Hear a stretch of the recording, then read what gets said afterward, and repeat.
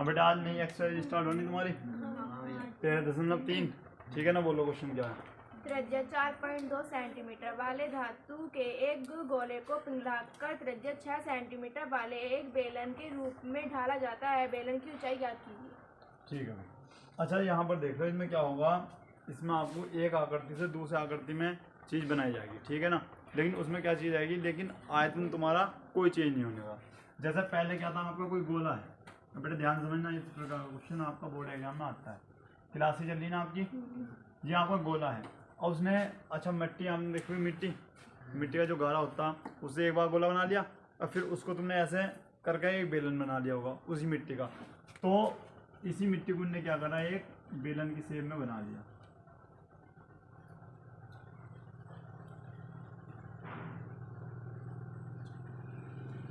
बताना सबको ऐसा करा होगा तुमने सबने। पहले मिट्टी का क्या बनाया होगा, गोला बनाकर फिर उसकी शेप को ऐसा करके क्या बना लिया होगा, बेलन। इस चीज में एक चीज ऐसी होती है जो नहीं बदलती, क्योंकि वो क्या है आपका आयतन। आयतन जब भी वही था और आयतन अब भी यही है। ठीक है ना। अच्छा ये बताओ, पहले त्रिज्या किसकी दे रखी, गोले की त्रिज्या क्या दे रखी है 4.2। भैया, त्रिज्या कितनी दे रखी, 4.2 सेंटीमीटर। अच्छा, बेलन की त्रिज्या कितनी दे रखी, 6 सेंटीमीटर। अच्छा, और बस, इसका मतलब इसकी ऊंचाई उसने ज्ञात करने को बोला हो, ऊंचाई ज्ञात करने को बोला ना। ऊंचाई हमने h मान ली, जो कि हमको ज्ञात करें। आई बात समझ में। अब यहाँ पर देखिए, स्टार्ट कहाँ से करते भैया, बस क्वेश्चन समझ में आया सबको। पहले उसके पास एक बेलन था, ठीक है ना, उसने बेलन की आकृति को किसमें चेंज कर दिया, नहीं पहला गोला था, गोले को आकृति ने किसमें चेंज कर दिया, बेलन में। और जब भी एक की आकृति दूसरे में चेंज होती है, जब भी आकृति चेंज होती है तो उसका आयतन चेंज नहीं होता, वो क्या रहता है, सबका सेम रहता। ठीक है ना। तो अब यहाँ पर देखिए, तो क्या हमें किसकी ऊंचाई निकालनी, बेलन की ऊंचाई निकालनी है, कि जब ये हमने गोला बेलन में चेंज किया तो वो कितनी ऊंचाई का बेलन बना होगा। ठीक है ना। अब यहाँ पर लिखते हैं, सबसे पहले गोले के लिए क्या लिखते हो, गोले के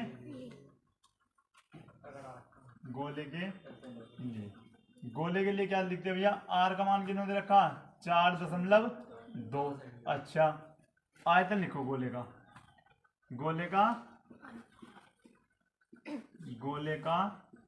आयतन बताओ क्या होता है, 4/3 पाई आर क्यूब, यानी 4/3। और अच्छा, इसको यही रहने दो।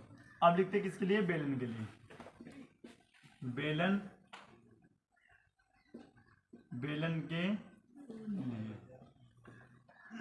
आर कितना दे रखा भैया, 6 सेंटीमीटर, और ऊंचाई हमें ज्ञात करनी है। ठीक है ना। यहाँ पर लिखते हैं h बराबर हमें ज्ञात करना है। अच्छा, बेलन का आयतन लिखो, बेलन का आयतन क्या होता है भैया, पाई आर स्क्वायर h। और मैंने क्या बताया था, जब भी आकृति चेंज होगी उसका आयतन सेम रहेगा। तो क्या लिख दूं भैया, बेलन का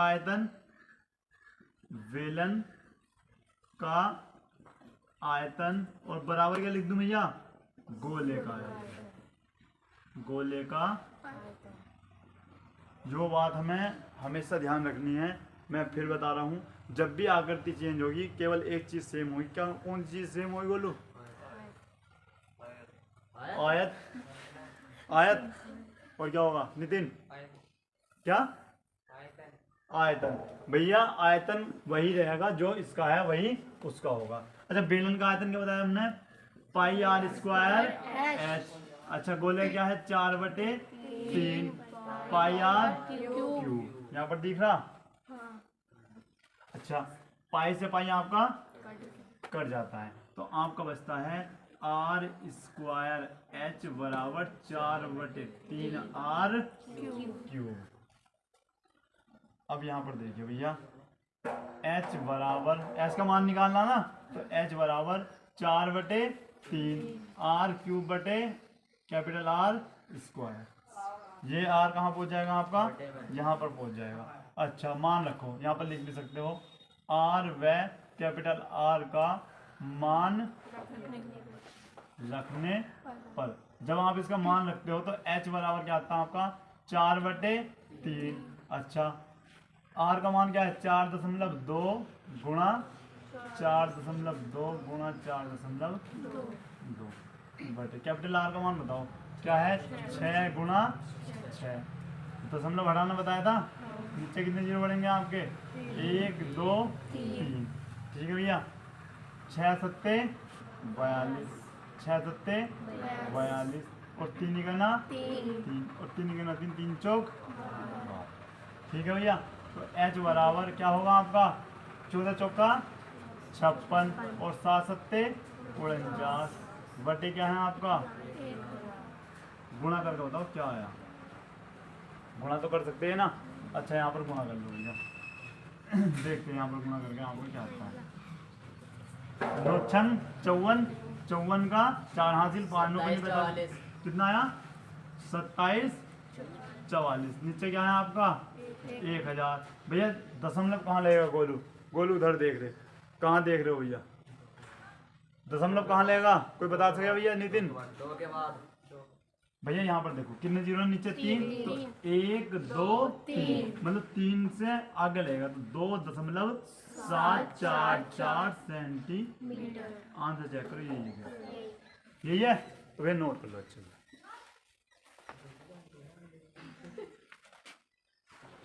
पढ़ो भाई सेकंड क्वेश्चन पढ़ो क्या है। क्रमशः 6 सेंटीमीटर और 6 सेंटीमीटर 8 सेंटीमीटर और 10 सेंटीमीटर त्रिज्या वाले धातु के 3 ठोस गोले को पिघलाकर एक बड़ा गोला बनाया जाता है। इस गोले की त्रिज्या ज्ञात कीजिए। अब यहाँ पर देखिए भाई उसने क्या किया एक बार फिर से आप बोलो अब ध्यान से देखना भैया यहाँ पर बोलो 6 सेंटीमीटर त्रिज्या 3 गोले होंगे ठीक है ना। एक गोला ये है आपका जिसकी त्रिज्या क्या है 6 सेंटीमीटर और दूसरा 8 सेंटीमीटर दूसरा भैया थोड़ा इससे बड़ा कितना है 8 सेंटीमीटर 8 सेंटीमीटर ये है। और क्या बताया तीसरा गोला 10 सेंटीमीटर तीसरा गोला आपने बनाया है कितना 10 सेंटीमीटर 10 सेंटीमीटर बेटा शांत कर बोल ठीक है ना। और इन सबको पिघलाकर उसने एक बड़ा गोला बना लिया इस प्रकार। बेटा आपसे क्वेश्चन पूछा जाएगा कि इसकी त्रिज्या क्या है। आई बात समझ में बारी है। एक गोला ये था और एक गोला ये है। ये कितने गोले हैं 3 और 3 गोलों को मिलाकर उन्होंने क्या बना दिया बड़ा गोला। तो वो पूछ रहा है कि बड़ा गोला कितनी त्रिज्या का बनेगा। तो भैया नितिन से पूछा जाएगा कि भैया नितिन कैसा पता चलेगा। अभी बताया था इससे थोड़ी देर पहले कि इस चीज में जब भी किसी चीज को बड़ी चीज में बनाते हैं छोटी चीज में बनाते हैं तो अच्छा तो उसकी एक चीज ऐसी होती है जो सेम होती है। तीनों का आयतन उस बड़े वाले के आयतन के क्या होगा बराबर। आ रही बात समझ में भैया।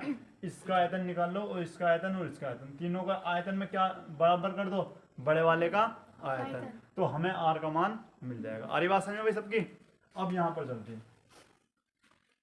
तो इसे लिख दो पहला फर्स्ट सेकंड और थर्ड या फिर लिख सकते हैं पहले वाले गोले का आयतन। पहले वाले गोले की त्रिज्या लिखो पहले वाले गोले की त्रिज्या और त्रिज्या लिख दो भैया R1 बराबर कितनी सेंटीमीटर है भैया 6 सेंटीमीटर। इसी प्रकार दूसरे वाले गोले की त्रिज्या कितनी है R2 बराबर क्या हो जाएगा भैया 8 सेंटीमीटर।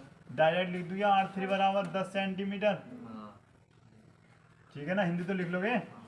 उसके बाद अच्छा पहले वाले का आयतन पहले वाले गोले का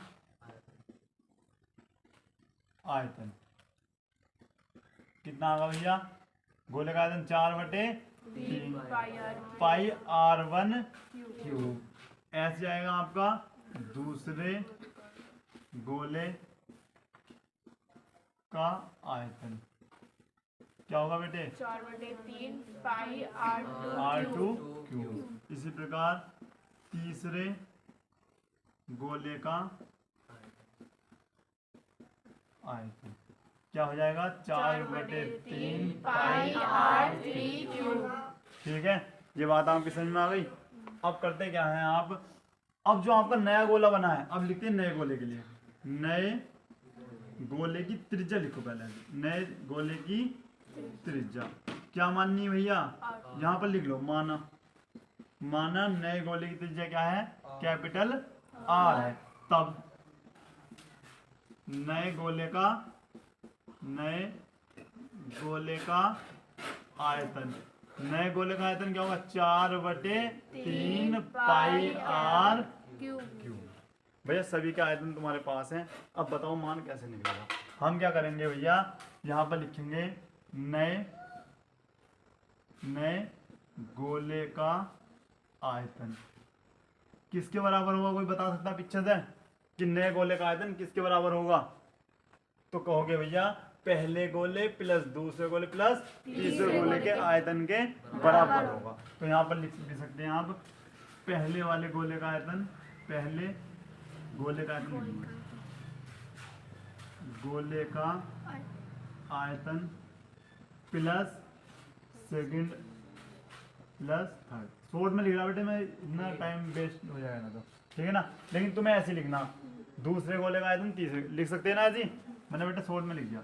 अच्छा पहले क्या था, पहले यहाँ पर देखो 4/3 pi r cube, 4/3 pi r1 cube, 4/3 pi r2 cube, और यहाँ भी भैया 4/3 पाई r3 क्यूब। ये बताओ किसकी बात समझ में नहीं आई। अच्छा बताओ क्या चीज़ को मानो उनमें, 4/3 पाई। तो यहाँ पर हमने निकाल लिया 4/3 पाई। तो यहाँ पर क्या बच गया आपका r1 क्यूब, r2 क्यूब और प्लस r3 ये आपका बच जाता। तो भैया इससे आपने ये काट दिया, तो आपका क्या जाता है r3 बराबर r1 cube plus r2 cube plus r3। ठीक है, अब यहाँ पर लिखते हैं r1 r2 व r3 का मान रखने पर, जब आप मान रखते हो तो यहाँ पर आता है r क्यूब बराबर r1 की वैल्यू क्या है आपकी बताओ 6 है ना, तो 6 की घात 3 प्लस 8 की घात 3 प्लस 10 की घात 3। अब भैया आपसे क्वेश्चन पूछा जाएगा सभी से, हाँ भाई डोली तुम बताओ 6 का घर क्या होता है। नया क्या होता 216। भैया पीछे वाली लाइन में से बता दो 8 का घन क्या होता, नहीं पता बेटा 512 याद करवाए थे ना। हाँ। और 10 का 1000। सही है, 8 घात 3 इन सबको जोड़िए बेटा, जब आप जोड़ते हो तो क्या बैठता है इसका 1728, जोड़ा किसी ने ये बैठेगा, ठीक है ना। अब घात 3 है तो भैया हमें तो r का मान निकालना ना, तो r बराबर यहाँ पर आप घन का चिन्ह लगाते हो 1728। तो भैया पीछे से या सभी में से बता सकता है कोई कि 1728 किसी का घन है, 12 का। कितने का भैया 12 का। अगर तुमने बेटे ध्यान से पढ़ा होगा तो तुम्हें याद भी होगा कि r बराबर डायरेक्ट लिख दूँ ना 12 का घन होता है। इसका मतलब बड़े वाले वृत्त की त्रिज्या, बड़े वाले गोले की त्रिज्या क्या है यहाँ आपकी 12 सेंटीमीटर। आई बात समझ में, नोट कर लो अच्छे।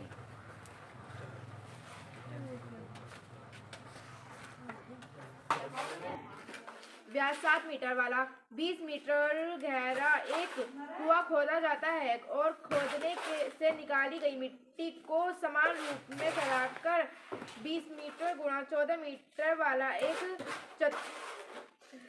चबूतरा बनाया गया है। इस चबूतरे की ऊंचाई क्या कीजिए। अब यहाँ पर देखिए भैया, और उसने क्या करा है, एक कुआं उसने खोदा है, एक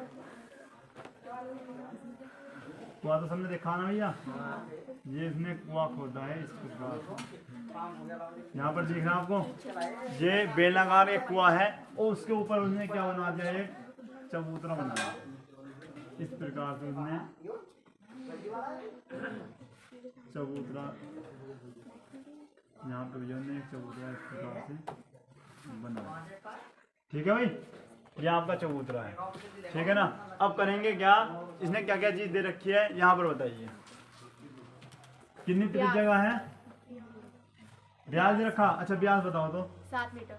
7 मीटर भैया, मीटर ब्याज दे रखा। और गहराई गहराई, अच्छा कुएं की गहराई दे रखी कितनी मीटर है भैया, कितनी, 20 मीटर। 20 मीटर। अच्छा, और इसकी लंबाई और चौड़ाई और दे रखी होगी चबूतरे की। ठीक है ना। अब यहाँ पर देखिए, अब बेटा ध्यान से देख लेना यहाँ पर। बताओ भाई, पहले लिखते हैं हम कुएं के लिए, कुएं के लिए।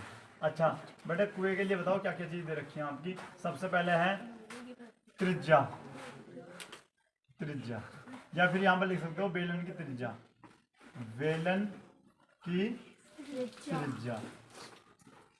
या फिर अगर देखो, अगर आपको बेलन नहीं लिखना तो बेलनाकार कुएं भी लिख सकते हो।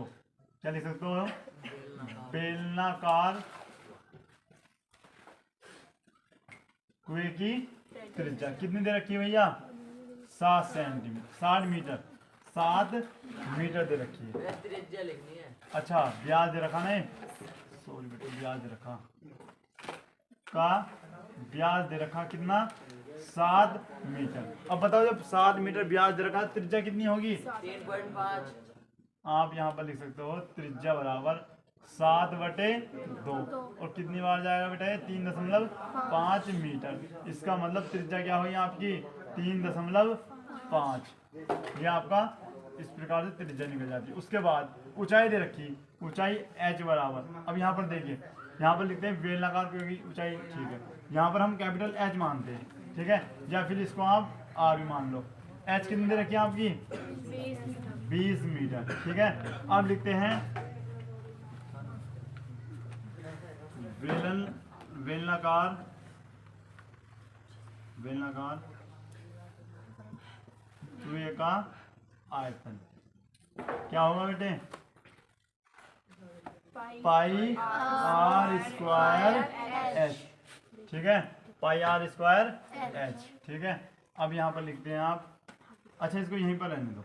अब लिखते हैं हम किसके लिए, चबूतरे के लिए।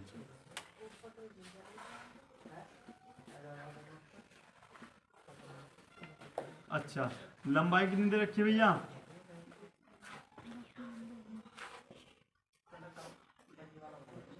चबूतरे की लंबाई बताओ। 22 मीटर। 22 मीटर। बेटा ध्यान से ठीक से बताना, ठीक है ना। अच्छा चौड़ाई 14 मीटर। 14 मीटर। और ऊंचाई आपको याद करनी है, ऊंचाई भैया क्वेश्चन मार्क, यानी स्मॉल h यहाँ पर हम लिख सकते हैं। आ रही बात समझ में। अच्छा तो मुझे पीछे वाली लाइन में से एक बात बता दो, किस प्रकार से ऊंचाई निकल सकती है। हाँ भाई प्रिंस बता सकते हो, आदित्य ना पता भैया। अच्छा मैंने अभी एक बात बताई थी, जब भी एक आकृति को चेंज करके दूसरी आकृति बनाते हैं तो एक चीज उनकी समान रहती है। आयतन का। तो बेटा इसी का बात कितनी बार बतानी पड़ेगी, 4 बार पहले बताई थी, 5वीं बार अब बताइए।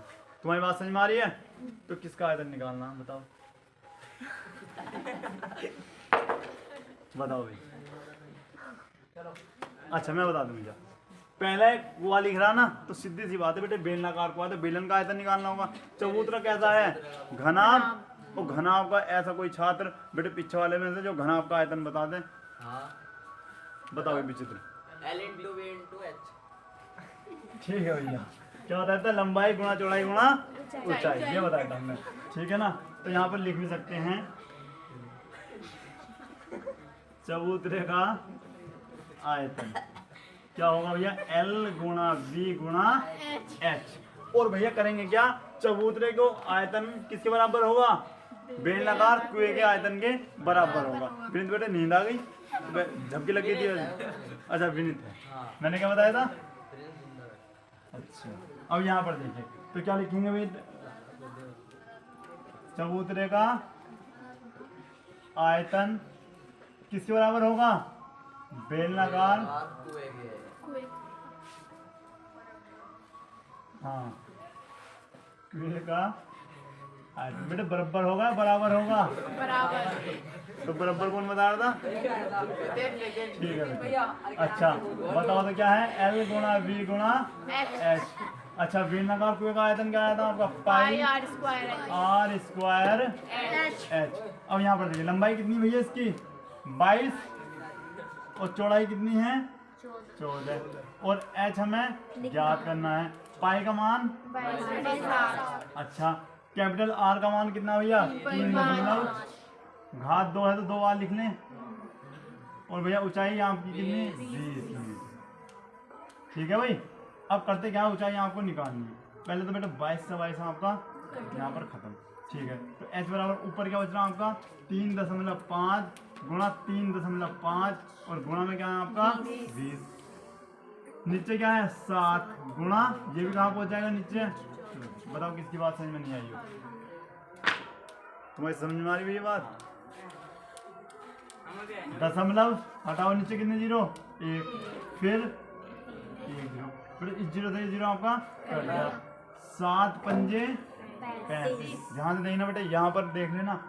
7 पंजे 5 का ना 5 दूनी 2 का ना 7 दूनी 14 7 पंजे 35। H बराबर आ गया 5/2। जब आप भाग करते हो तो 5 का आधा कितना होता है बेटे? 2.5 मीटर ऊंचाई होगी किसकी?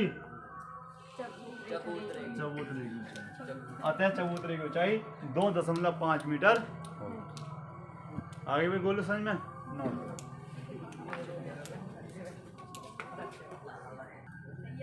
अच्छा बेटा ये क्वेश्चन कौन सा था आपका? तीसरा था ना बेटा। आज के लिए 3 क्वेश्चन होंगे ठीक है ना? अच्छा ये बताओ समझ में आया? अच्छा जो लेट आए थे वो ये घर जाकर वीडियो देख लेना। 8:30 बजे मिलेगी तुम्हें ठीक है ना? और अपने कमेंट जरूर देना। और वीडियो अच्छी लगी तो वीडियो क्या करना?